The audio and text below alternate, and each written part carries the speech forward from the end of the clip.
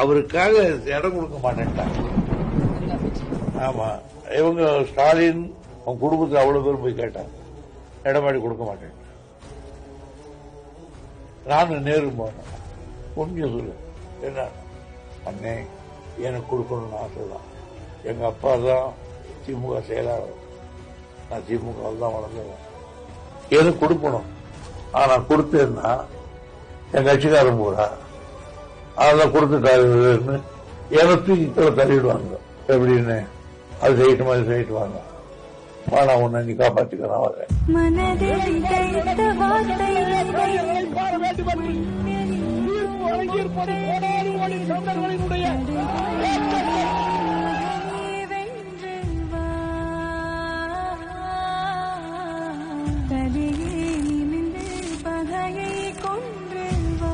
முத்துவேல் கருணாநிதி ஸ்டாலின் என்னும் நான்